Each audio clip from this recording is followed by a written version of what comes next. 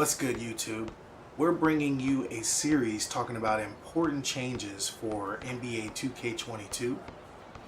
First up, my favorite spot, the Rec Center. It's Mr. Hurst, and this Sim Sports Gaming Network.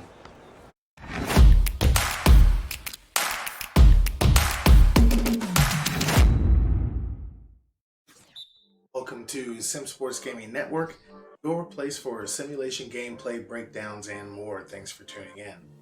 If you're new to the channel, we're going to be putting out lots of content over the summer here. I'm at a point where I'm getting ready to finally wrap up my ed leadership administrative degree. Beyond teaching now, but licensed to be an administrator at the assistant principal or principal level, so that's really exciting. It's going to free up some more time to be able to do some streaming on a daily basis and also continue to bring out news content and gameplay strategies and more. So please tap that like button, hit that notification bell so you'll know when new content drops, and don't forget to hit that subscribe button.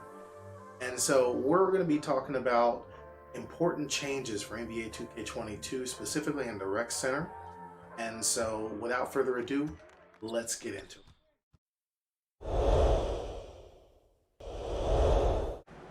And so here we are with the coach's clipboard here, and I've got a few things down that, first of all, I got something that kind of baffles me here when it comes to the setup of certain areas of the neighborhood compared to what we have in the Rec Center.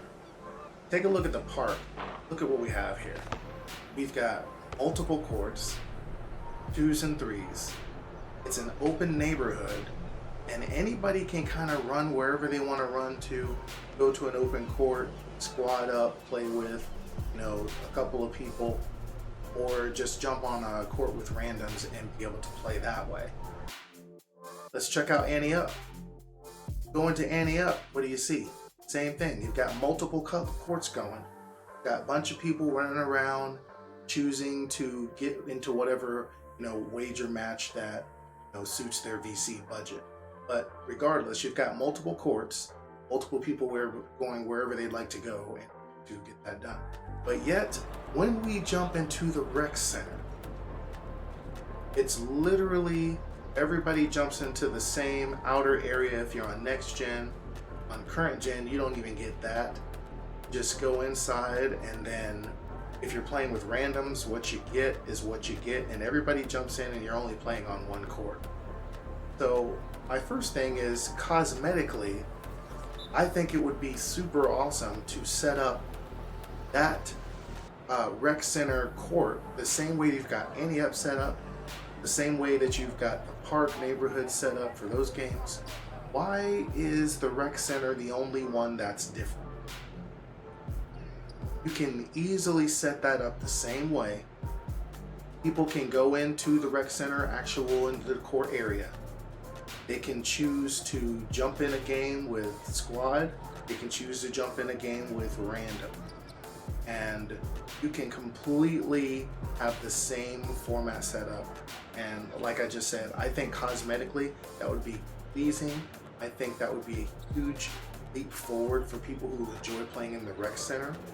And so that's what I have for you on that. I think that would be an important change right off the bat cosmetically in order to enjoy the Rec Center even more. Now, as I look down, speaking of squads, we need to have squads only courts. We need to have randoms only courts. Now, because there's nothing worse than you're jumping in and you don't have a squad, and you're playing against what's obviously a squad, and there is just a tremendous advantage of playing with a squad of people versus playing with random. No, not everybody has the same personal situation. Not everybody's got people that can go and play with.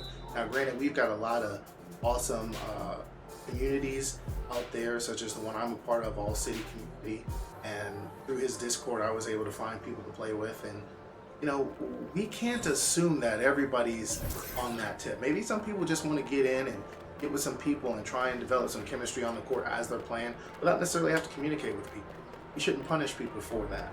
And so I believe that it's definitely a good thing to go ahead and have a separate squads only court, say 2 to 3 courts, if you say in a total of maybe 6 courts, maybe even 8 courts, but be realistic, say 6 courts in there.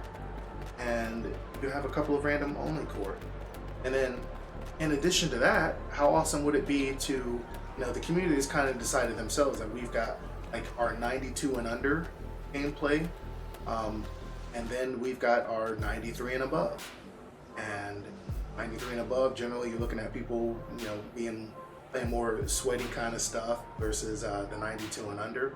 But maybe that's not even a fair assessment. It's just the fact that it seems like the gameplay is cleaner on 92 and under because you don't have as much cheesiness in the game, because this badge versus that badge, who has what, locks you into certain animations and you can't do certain things.